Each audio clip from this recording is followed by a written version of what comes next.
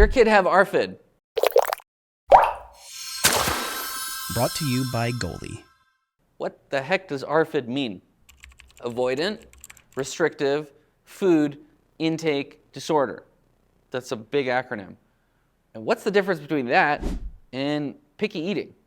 All right, so when picky eating gets so severe that it actually affects your kid's nutrition or risks affecting their nutrition, that is when it really becomes ARFID, right? It's like, hey, we've got health concerns.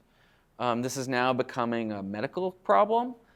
And it's not just, I don't like the way something tastes, so I'm going to taste something different, right?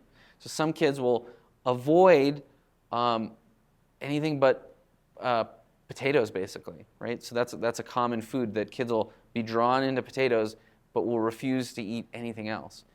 And what's the problem with that is the kid ends up being malnourished, right? They're not going to grow. They're going to stunt their own development.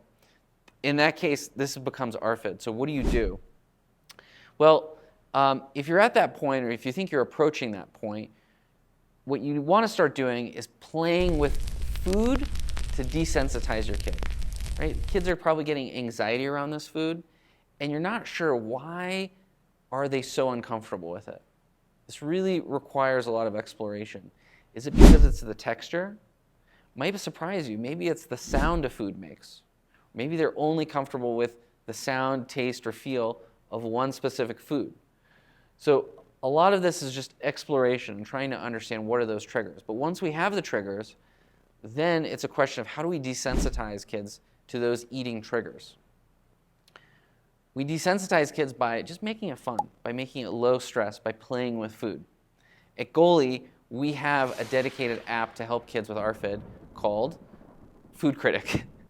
And we have kids play with food at the table with a parent, and they win points and puzzle pieces for doing so.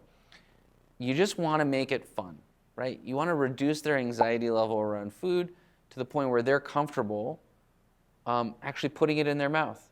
And an intermediate step might be just putting it in their mouth and spitting it back out. That's progress from not even wanting to touch it or just declining it straight out. So it could be a long journey. There's lots of different steps to this. A lot of parents have gone through the same thing.